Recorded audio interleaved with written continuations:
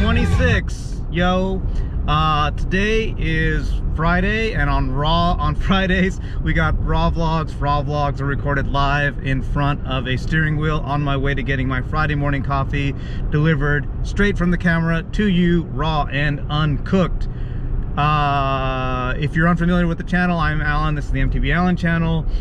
New content every Monday at 5 p.m. and then these raw vlogs, which are, as I said, unedited content for me.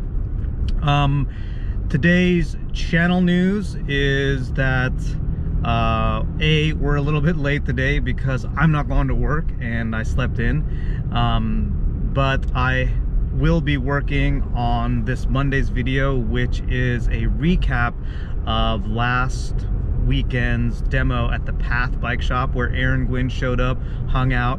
Hella cool guy. And I don't know if you remember from raw vlog number 25 where I promised you that Aaron Gwin was gonna sing. He does sing, so I technically wasn't wrong. I was wrong, but he did sing, so we'll get to that. Also, there's a pretty sweet interview with Aaron Gwin in that video coming up soon. In other news, I don't know if you saw my Instagram post last week, where I'm starting to get back onto the bike, and I'm really stoked on that. The wrist is still far from being perfect, but it's to the point now where I feel relatively okay, at least just pedaling around in a parking lot. So I'm going to be trying to get onto dirt soon. We've had a ton of rain. If you're not in the area, then I'll just tell you that there's been a ton of rain. We've had snow in like here lower than we normally have, which is crazy for Southern California. Well, it's not crazy for Southern California. It's crazy in general that only a couple of weeks ago we were at like 90-degree temperatures outside, and now it's like there's like snow.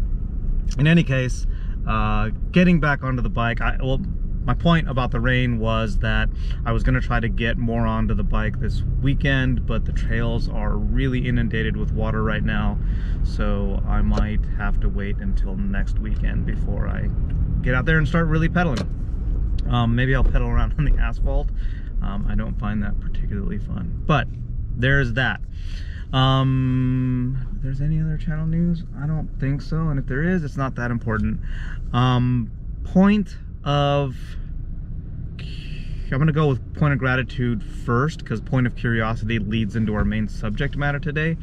Point of gratitude, I mentioned this on Instagram yesterday on Thanksgiving. By the way, Black Sabbath this morning because it's Black Friday. I don't really care about shopping, but I thought because the word black and Black Sabbath, and I like heavy metal. So yeah, there's that.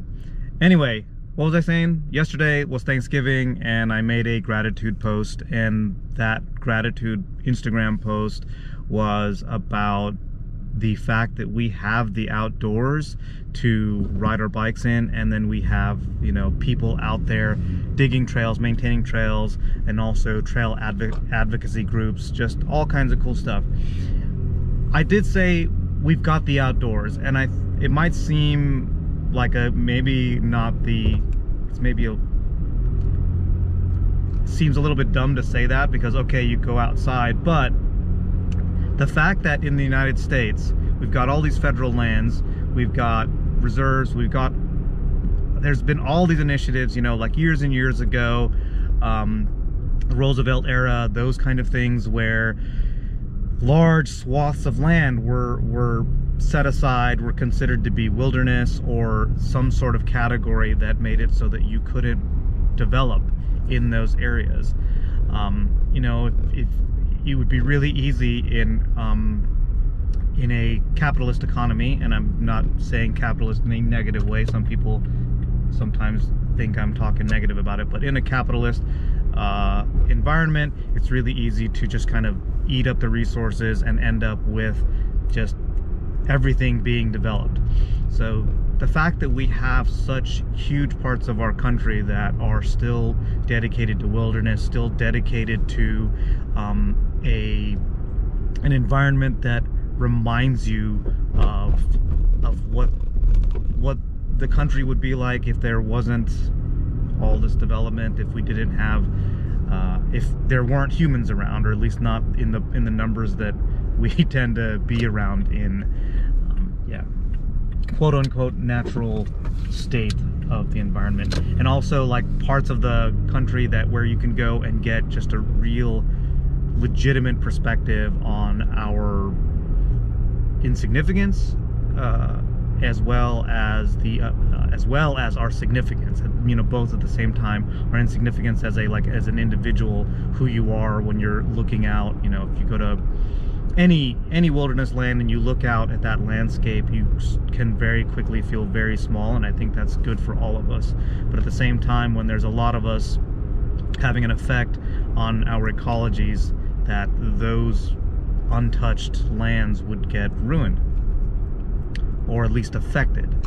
So yeah, I'm really grateful for that, and then I'm grateful for the ability to go and explore those lands, because that's kind of like the flip side of wilderness areas. It's great to have them, it's great to know that they're there, but there's also, I feel like, well, I mean, obviously it's part of that whole philosophy of you still need to be able to get access to those lands, and so that you can appreciate them, and doing that in a low impact way.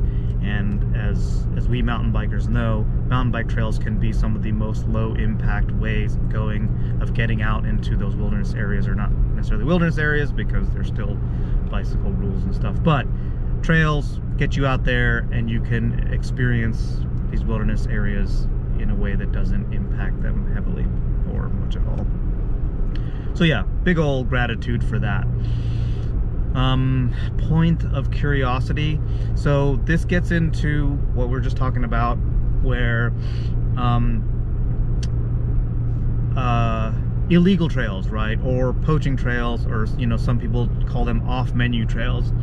So I come out, so my point of curiosity is like, what are your thoughts on that? What do you think about poaching trails, or riding trails that aren't open, riding in areas that aren't like technically, where you're not technically allowed to ride mountain bikes, or there's just enough gray area to make it so that it's not, you're not going to get arrested or get a ticket for riding a mountain bike.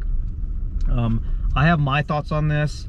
I come out of skateboarding, and you know, I definitely skateboarded through the era where you were constantly interacting with law enforcement or security, and it just, because, you know, in order to do just what you wanted to do, you wanted to enjoy this activity, this sport that you were in, and in order to do so, you had to risk, you know, engaging with law enforcement. I definitely have paid tickets, definitely sat on the curb and answered questions and all those kind of things.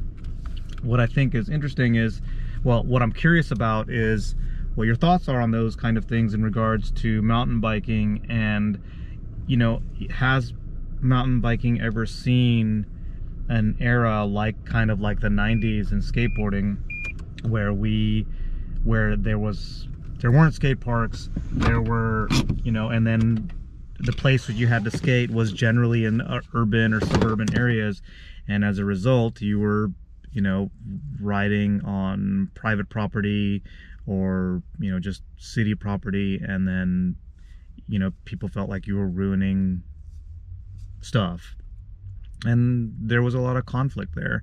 And it wasn't until later where you had, I don't know, like more advocacy groups, but also just you had like communities that were putting in skate parks and making a place for skaters to go. And have we seen that in mountain biking? I haven't been in the mountain biking community long enough, so if you have any stories or have any information on that, I'd love to know about it. One thing, going back to that trail advocacy or mountain bike advocacy, having these communities and these organizations is really rad. So if you have any in your local area, definitely support them, whether that's through donations or getting out and doing work, or, you know, just making awareness. It's cool that we have that. Obviously there's some difference between riding, you know, a curb or a set of stairs or a wall in a urban environment versus being out in the woods, where the impact is a different impact. There's still an impact, but it's a different impact. Yeah, so curious about that. And the subject matter, really, I guess I'm kind of already gotten into it, is well, the real subject matter is a lot of the times in skateboarding anyway, that conflict with law enforcement was really just kind of bringing to light the need to offer skateboarders advocacy and an arena in which to, or spaces in which to express ourselves. And you know, we in mountain biking have that more. Maybe it's because the age group in mountain biking is a little bit older and slightly more, not necessarily affluent, but obviously as you're older, you're probably making a little bit more money and you're a little bit more connected with your community, or at least city councils and stuff like that. But it's when we have unsanctioned, off-menu, illegal trails, people get into trouble, but those are also sometimes the ways in which trails become legal. I've heard of or understand that there's these different models in areas where a trail is maybe put in and it's not sanctioned, but the trail almost kind of has to be there and be almost a proof of concept before they're considered like established legal trails. And I'm curious, like, what you think about that process. Does that work? Are there problems with it? I know I have definitely ridden off-menu trails, and they're good, you know, and you can tell that, at least the off-menu trails that I've ridden, you can tell that people have put time and energy and they put care into those trails, and they've built them in intelligent ways.